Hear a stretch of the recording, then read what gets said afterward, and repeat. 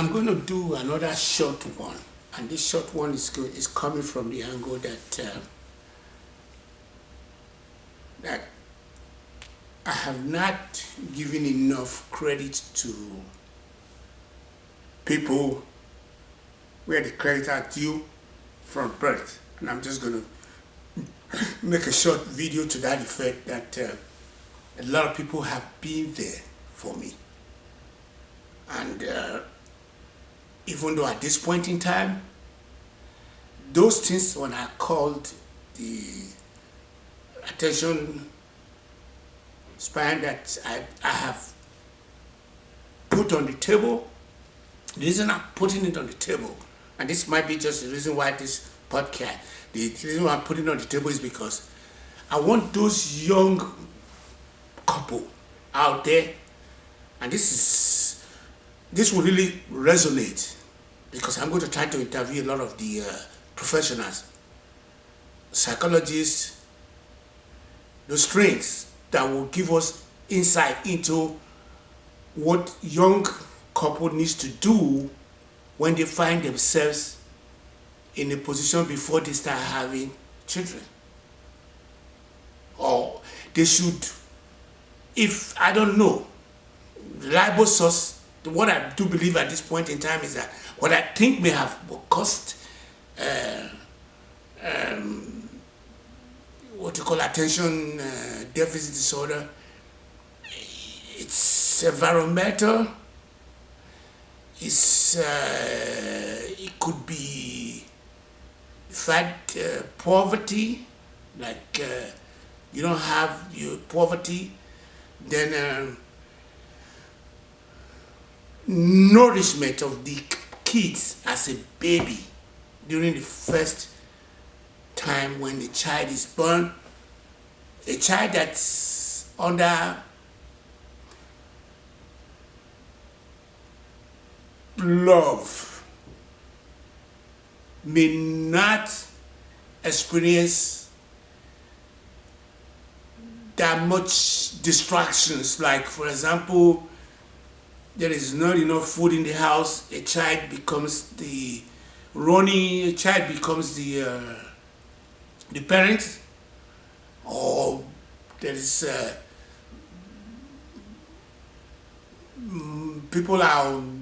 parents are not really having the best interest of their children at heart because they are struggling with their own shortcomings. So the child is, you give the food to the child, you don't, the brain is still not developed and the brain start going helter-skelter.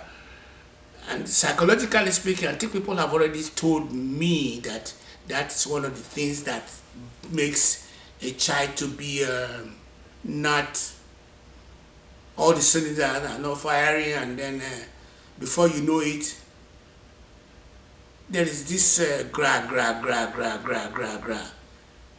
and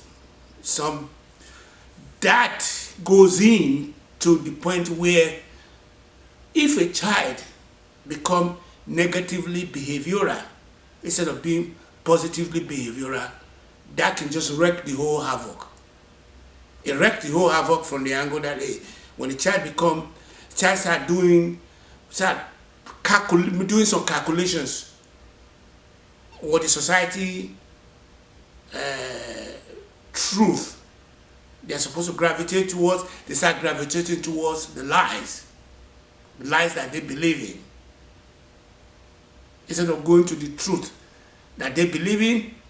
That makes them, after they become an adult, they don't know the right and wrong.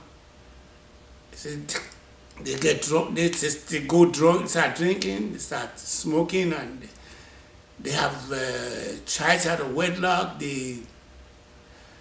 Before you know it, it down runs into the family. The child, some children are able to pull it off. Even after they pull it off and they become at the top of the ladder, they are still very much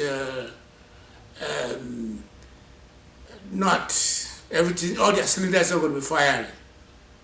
Some people would be a child and they will be meant to be an adult as a child, or some parents would go in and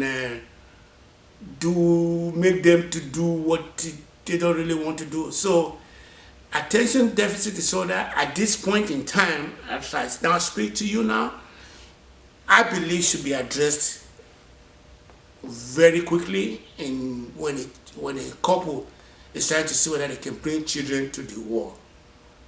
Because at one point or the other, that move, that go that you are experiencing there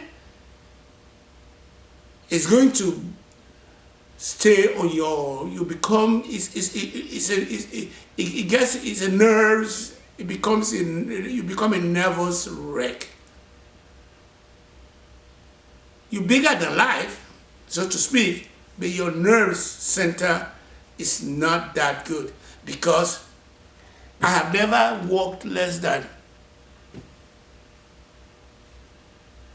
120 hours a week all my life.